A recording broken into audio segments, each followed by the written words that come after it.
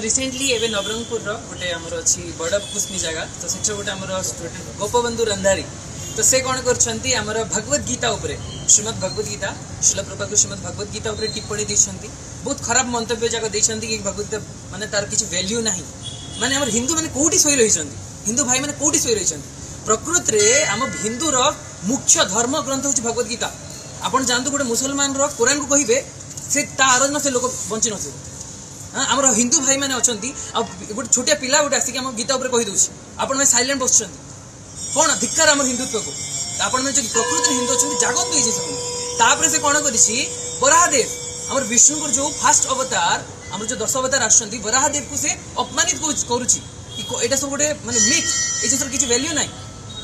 तो जे भाई गोपबंधु रंधारी भाई आपण पाखे नॉलेज कम फंपा माठियार साउंड बेची जाए तो आपण भीतर नॉलेज कम अच्छी स्पिरिचुअल नॉलेज आकाश रे बेंती वायु भासी उठेनी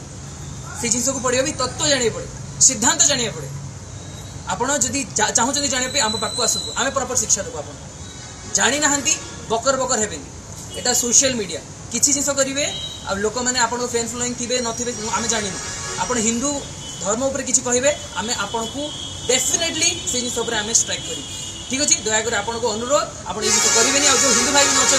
दयाकोरी जागी जातु आम हिंदू धर्म किसी कहले छाड़बानी हरे कृष्ण।